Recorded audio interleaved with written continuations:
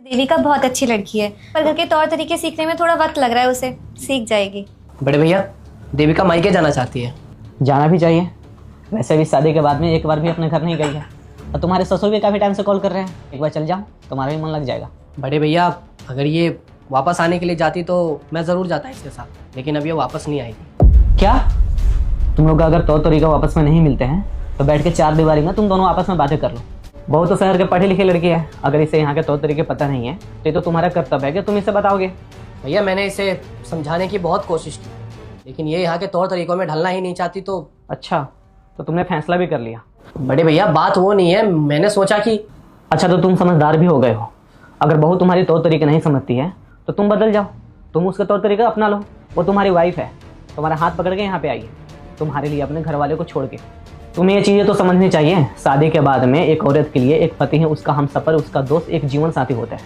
वो अपने माँ बाप को छोड़ के यहाँ पे आई, किसके लिए? सिर्फ तुम्हारे लिए।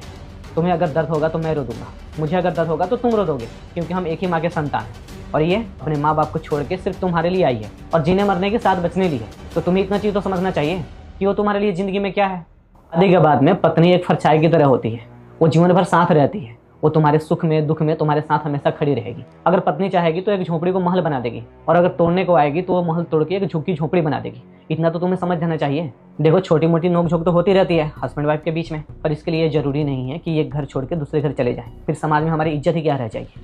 और लोग ये बोलेंगे, सुजीत पांडे का छोटा भाई अपने वाइफ को मायके छोड़ के आ गया। हमारी जब इज्जत ही नहीं रहेगी तो फिर हमें जीने का क्या मतलब है। और कभी कभी आपके भैया और मेरी भी कभी अनबन हो जाती है, तो वो मुझे समझाते हैं और मैं भी समझने की कोशिश करती हूँ, और इसी तरीके से रिश्ते चलते हैं। अगर छोटी छोटी बात पे हम नाराज हो जाएंगे, एक दूसरे से दूर होने की बात करेंगे, तो ऐसे तो कोई रिश्ता नहीं निभा पाएगा।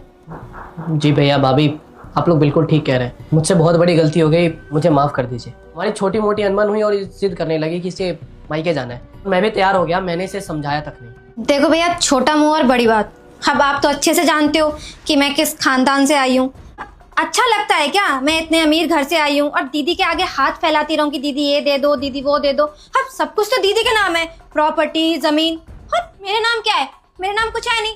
अब आप क्या चाहते हैं? एक पति के जैसे मैं भी आपकी बीवी के आगे हाथ फैलाऊं, भीख मांगू? सॉरी भैया, ये तो मुझसे नहीं होगा।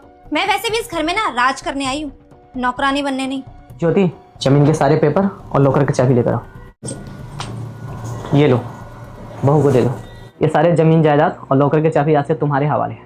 तुम जैसे बोलोगी वैसे हम दोनों भाई कर। रुक जा मेरे बेटे, मुझे पता है कि तुम बहुत मेहनत करते हो, लेकिन फिर भी तुम जो चाहते हो वह नहीं मिलता। बेटा, मैं तुझे आशीर्वाद देती हूँ कि अगले शनिवार से पहले तेरी एक मन की इच्छा अवश्य पूरी होगी। और अगर तू मेरा सच्चा भक्त है तो इस भले इंसान की वीडियो को लाइक सब्सक्राइब करके जाना। तथास्तु मेरे बेटे।